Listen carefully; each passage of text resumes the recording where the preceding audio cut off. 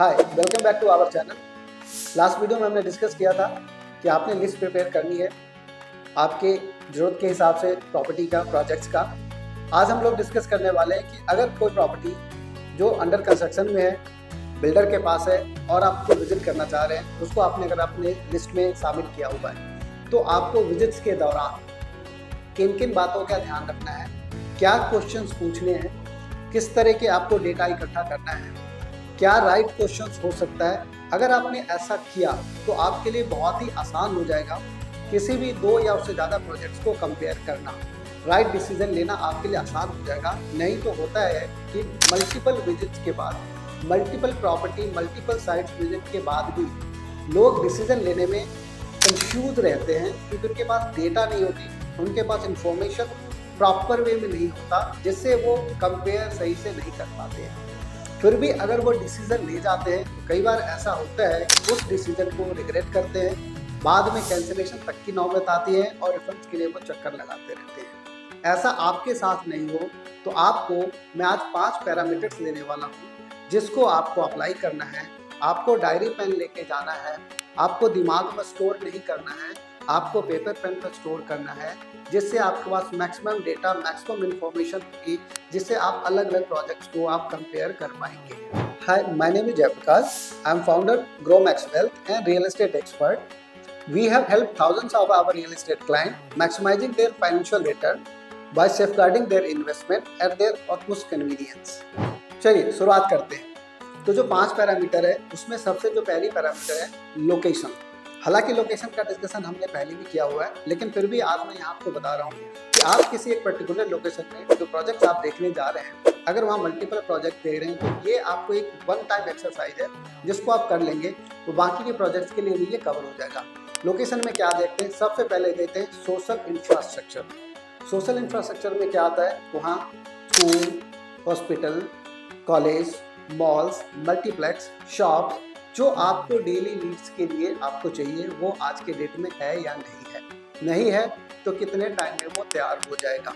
Next आपको देखनी है कनेक्टिविटी। कनेक्टिविटी में क्या देखना है कि वहाँ पे एयरपोर्ट की कनेक्टिविटी क्या है, अगर आप एयरपोर्ट से आपका आना जाना रहता है, रेलवे का कनेक्टिविटी कैसी है, मेट्रो है कि नहीं है, पब्लिक ट्रांसपोर्ट की कैसी कनेक्टिविटी है, जो रोड्स है, जो इंटरनल रोड्स है, जो मेन रोड्स है उसकी कनेक्टिविटी कैसी है। ये अगर कनेक्टिविटी ठीक है तो आपको फिर आप उसको डिसीजन लेने में आपके लिए आसान रहेगी। फिर जो आप डेली कम्यूट करते हैं लाइक ऑफिस, तो ऑफिस का आपको रश आवर में आपको गूगल मैप चेक कर लेना है कि जो वहाँ पर जो टाइम आपको कितना लगता है, क्या आप कंफर्टेबल होंगे उस डिस्टेंस को ट्रैवल करने में डेली बेसिस पे या नहीं। ऐसा हो सकता है कि आपको एयरपोर्ट डेली नहीं जाना हो, मेट्रो से आप ट्रैवल नहीं करते हो, रेलवे आपको कभी कभार यूज़ करना है, लेकिन ये एक बहुत ही सिग्निफिकेंट रोल प्ले करता है किसी भी रियल एस्टेट के ग्रोथ में।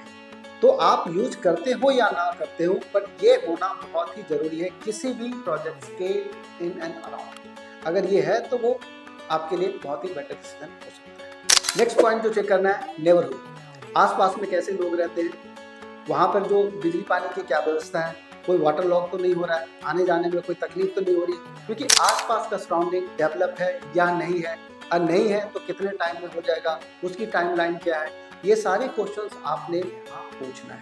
ये क्वेश्चन आप किससे पूछेंगे?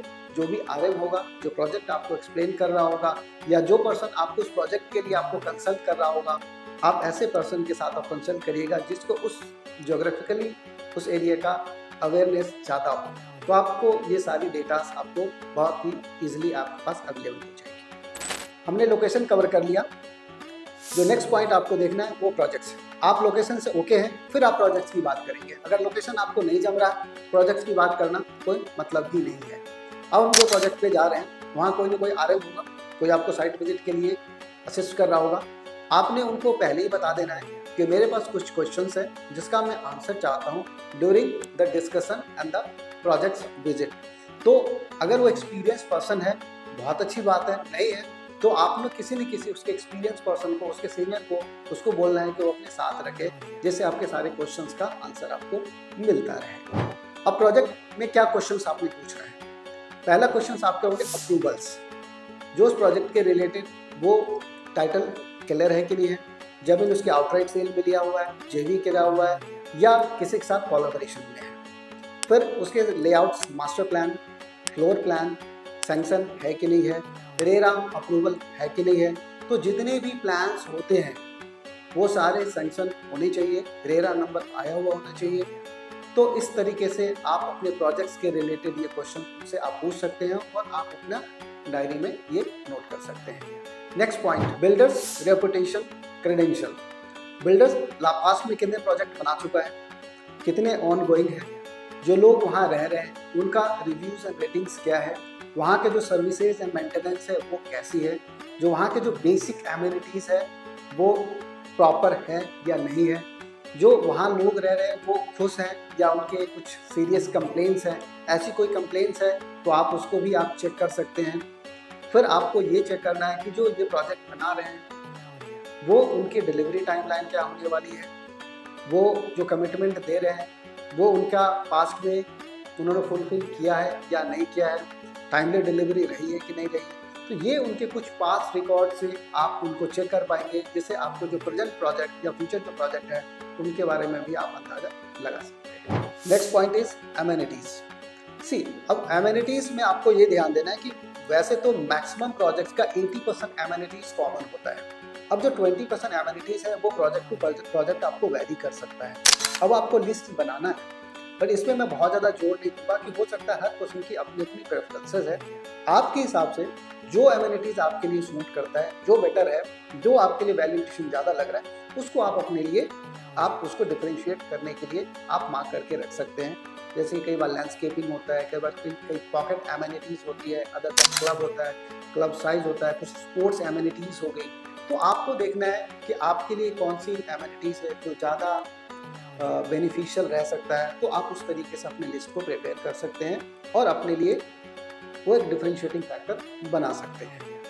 हाउएवर कुछ एमिनिटी जैसे कि लैंडस्केपिंग में अगर लैंडस्केपिंग है या फिर कोई ऐसा प्रोजेक्ट है जो इंटीग्रेटेड टाउनशिप का पार्ट है या फिर ऐसी कोई प्रोजेक्ट जहाँ पर कुछ ऐसी चीज़ें जो एक्सेप्शनल है, जनरली इस तरह के नहीं रहता है, तो आप फिर उसको वेटेज ज़्यादा दे सकते हैं। वो आपके रीसेल वैल्यू में, रेंटल वैल्यू में एंड कैपिटल अप्रिशिएशन में भी आपको वो वैल्यू ऐड करेगा। Next point is density. अब डेंसिटी से क्या मतलब है, पर एकड़ कितनी फैमिली रह रही है, जितनी ज़्यादा फैमिली रहेगी उतने ही ज़्यादा डेंस प्रोजेक्ट होगा। Lesser the family, more the amenities, more the open area. अब डेंसिटी आपको कंपेयर करना है कि हर प्रोजेक्ट की डेंसिटी कितनी है, पर एकड़ वो कितनी फैमिली को रखने वाले हैं, उनके साइजेस कितने बड़े हैं, छोटे हैं या बड़े हैं, इससे भी आपको डेंसिटी का ख्याल आ जाएगा। तो ये पॉइंट्स ऐसी है जिससे आपको अदर प्रोजेक्ट में कंपेयर करने के काम आएगा। पहला हमने लोकेशन कवर कर लिया, दूसरा प्रोजेक्ट्स हमने कवर कर लिया, जो तीसरी चीज़ है वो यूनिट। जो यूनिट आप शॉर्टलिस्ट करने जा रहे हैं, जो यूनिट आप प्लान करने जा रहे हैं बाई करने के लिए, अब आप उसको इवैल्यूएट करना है। अब वो आप कैसे करेंगे, उसके लिए आपको एक फ्लोर प्लान दिखाएगा, फिर आपको एक सैम्पल फ्लैट भी दिखा सकता है। अगर वो सैम्पल फ्लैट दिखा रहा है तो मोस्ट लाइकली वो सबसे बिगड़ साइज का सैम्पल फ्लैट दिखाएगा, क्योंकि हर साइज का सैम्पल फ्लैट तो अवेलेबल नहीं होता। यहाँ आपको बहुत ही ध्यान देने वाली बात ये है कि हम कई बार ऐसा होता है कि जो वहाँ पर इंटीरियर करा हुआ है, लाइटिंग करी हुई है, जो एक्सेसरीज लगाया हुआ है, हम उसको देख के इतने ज़्यादा एक्साइटेड हो जाते हैं कि बहुत सारी जो बेसिक्स पॉइंट्स है उसको हम मिस कर जाते हैं। आपको वहाँ पर बहुत ही कॉन्शियस रहना है, अपनी लिस्ट को देखना है, साइजेस को कंपेयर करना है, जो वहाँ पर हॉल है, बेडरूम है, किचन है, बालकनी है, कोई एक्स्ट्रा स्पेस है, उसकी यूटिलिटी का आपको ध्यान रखना है। और जब आप विजिट करने जाएंगे तो आप अकेले नहीं जाएंगे, फैमिली के साथ जाएंगे। आप ये इस बात का डिस्कशन करके जाएंगे कि हम वहाँ सैंपल देखने जा रहे हैं अपनी यूटिलिटी के लिए, हम वहाँ पर कोई शोकेस के लिए नहीं जा रहे हैं, हमें कोई वहाँ पर वो ब्यूटिफिकेशन के चक्कर में हमें अपना वहाँ पर शो नहीं करना। हमें सिर्फ क्या करना है, अपने काम कीजिए। जो किचन है वो आपके लिए कितनी यूटिलिटी रखता है, जो बाथरूम है वो उसके साइज एडिक्वेट है कि नहीं है, जो बेडरूम है वो प्रॉपर है कि नहीं है, उसके जो डायरेक्शनल आपने देखना है, उसकी क्रॉस वेंटिलेशन सही है कि नहीं है। आपने एक चीज़ और ध्यान रखना है कि जिसमें निश एरिया होता है, जो wardrobe, most of the time हम क्या करते हैं, वार्डरोब को हम इग्नोर कर देते हैं, क्योंकि कई बार बिल्डर बनाता नहीं है बेडरूम बड़े दिखाने के लिए, लेकिन जब आप वार्डरोब बनाएंगे तो आपका बेडरूम छोटा हो जाएगा। क्या उसके लिए एक्स्ट्रा स्पेस है या आपको बेडरूम में ही बनाना पड़ेगा? जब आप बेडरूम में आप वार्डरोब बना लेते हैं तो क्या आपके पास इतना स्पेस बचेगा कि आप बेड सही से रख पाएंगे या नहीं रख पाएंगे, उसकी डायरेक्शन सही हो पाएगी कि नहीं हो पाएगी। फिर आपने natural light and cross ventilation देखना है, लाइट सारी बंद कर देनी है, फिर देखना है कि उस फ्लैट के अंदर नेचुरल लाइट है कि नहीं है। क्रॉस वेंटिलेशन मतलब जो डोर्स है उसके सामने विंडोज या बैल्कनी होनी चाहिए, विंडोज एंड बैल्कनी है तो क्रॉस वेंटिलेशन आपका रहेगा। फिर सन का डायरेक्शन देखना है कि सन सही से उसमें सनलाइट आ रही है नहीं आ रही। देखिए अगर आपके प्रेफरेंसेस है तो आपको ध्यान रखना पड़ेगा। एंड लास्ट में आता है वास्तु। अगर आप वास्तु कंसिडर करते हैं तो आपको वास्तु के हिसाब से भी आपको एक बार चेक कर लेना चाहिए, बाद में आपको रिग्रेट ना फील हो। तो आप जब भी ये देखेंगे तो आप साइज कंपेयर करेंगे। अगर आप चाहें तो आप अपना इंच टेप लेके जाएं, आप मेजरमेंट करके देखें, क्योंकि हो सकता है कि जो आप साइज कंपेयर कर रहे हैं, जो साइज आप देख रहे हैं अपने लिए, वो साइज का सैंपल नहीं हो, तो वो आपको जाकर के वहाँ पर चेक करना बहुत ज़रूरी है। मैं आपको एक एक्सपर्ट एडवाइस यहाँ पर देना चाहता हूँ। जो मास्टर प्लान आपको दिखाया गया है, जो टावर प्लान आपको दिखाया गया है, जो यूनिट्स आपको दिखाई गई है, उसकी जो व्यूज़ है आपके पास, इसके अलावा आपने पूछना है कि कोई और प्रोजेक्ट्स के आसपास में आने वाला है तो उसकी वहाँ से कितनी डिस्टेंस रहेगी, कोई और टावर आने वाला है तो उसकी क्या डिस्टेंस रहेगी। कहीं ऐसा तो नहीं है अभी तो व्यू बढ़िया है, कल को ब्लॉक हो जाएगा। क्योंकि ऐसा होता है कि जो आज वहाँ पे कंस्ट्रक्शन हुई है, बाकी आने वाले टाइम में कोई दूसरी कंस्ट्रक्शन टावर वहाँ पे कर देंगे तो आपका जो व्यू है वो ब्लॉक ना हो जाए। तो इस बात की भी क्लैरिटी होनी चाहिए, क्योंकि कई बार लोग बुक कर लेते हैं, बाद में पता चलता है कि दूसरी टावर दूसरी प्रोजेक्ट वहाँ पे आ गया एंड व्यू आपका ब्लॉक हो गया। ऐसा तो नहीं है, ये आपने चेक करना है। एक और एडवाइस देने जा रहा हूँ, बहुत ही केयरफुली ध्यान रखिए। कई बार ऐसा होता है कि हम फ्लैट देख के आ जाते हैं, हमें सब पसंद आ जाता है। आपने ये देखना है कि जो वॉल आपको दे रहा है बिल्डर, कई बार माइवन कंस्ट्रक्शन है और तो आप कोई चेंजेस नहीं कर सकते हैं। आपने ये चेक करना है कि जो वो वॉल बना रहा है वो सॉफ्ट वॉल है, हार्ड वॉल है, माइवन की है, क्या कोई चेंजेस अलाउड है। क्योंकि कई बार क्या होता है, लोग बताते हैं ये प्लान है, आप यहाँ चेंजेस कर सकते हो, लेकिन वहाँ पर कंस्ट्रक्शन ऐसी होती है कि चेंजेस अलाउड नहीं है। तो इस बात का प्रॉपर ध्यान रखना है कि जब आप कोई प्लान कोई आप चूज़ कर रहे हैं, कोई फ्लैट आप चूज़ कर रहे हैं, उसमें अगर कोई चेंजेस का अगर आपका कोई प्लान है तो क्या वो अलाउड है, क्या वो कर सकते हैं या नहीं कर सकते हैं, उस बात का आपको ध्यान रखना है। Fourth point is price and offers. अब आपको प्राइस का मतलब ये है कि टोटल प्राइस, जैसे कि basic sale price, EDC IDC, car parking, club membership, GST and possession charges. तो कई बार हम ये गलती करते हैं कि हम सिर्फ बेसिक सेल प्राइस को प्राइस मान के बैठते हैं, जबकि आपके पॉकेट से जो जाने वाला है वो आपके लिए टोटल कॉस्ट है। हालांकि कॉस्टिंग के ऊपर हमने ऑलरेडी वीडियो बनाया हुआ है, आप उसको देख सकते हैं, आपके पास एक बेटर क्लैरिटी रहेगी। फॉर द टाइम बीइंग आपको मैं ये समझा रहा हूँ कि टोटल कॉस्ट का मतलब है ऑल इंक्लूसिव कॉस्ट, जो आपको पे करना है। उसके ऊपर कोई क्या ऑफर्स दे रहा है, ऑफर्स का मतलब कुछ डिस्काउंट्स हो सकता है, ऑनगोइंग चल रहा होगा, कुछ अर्ली पेमेंट रिबेट हो सकता है, कुछ फ्रीबीज हो सकता है, लाइक मॉड्यूलर किचन, आपको वार्डरोब्स, एसीज एंड एटीसी। अब आपको ये देखना है कि जो उसकी कॉस्ट है जो वो दे रहा है वो आपको लेना है या आप खुद से लगाने में प्रेफर करेंगे। तो टोटल प्राइस जो आपको पे करना है और जो कुछ ऑफर्स मिल रहा है उसका आपको डिस्कशन करना है, क्योंकि ये जो ऑफर्स आपको मिल रहा है, ये जो आपको प्राइस मिल रही है, ये आप अदर प्रोजेक्ट से कंपेयर करने में आपको काम आएगा कि दूसरे वाला क्या प्राइस दे रहा है, क्या ऑफर्स दे रहा है, उसके अंदर क्या फ्रीबीज है। तो ये आपको कंपैरिजन में आपको बहुत हेल्प करेगा। Fifth point is payment plan. बहुत ही क्रूशियल है, ये डिसाइड करता है कि आप कैसे कैसे पेमेंट करेंगे और आपके लिए जो प्रॉपर्टी की जो ओवरऑल कॉस्ट है वो कितने होने वाली है। मोटा मोटा 3 तरह के पेमेंट प्लान होता है, CLP, PLP and the down payment. CLP का मतलब है जैसे जैसे कंस्ट्रक्शन होता है, कंस्ट्रक्शन लिंक्ड। सेकंड है PLP, पोजीशन लिंक्ड। थर्ड है डाउन पेमेंट की आपने अभी सारी पेमेंट कर दी, कुछ पेमेंट आपने पोजीशन के लिए रख लिया।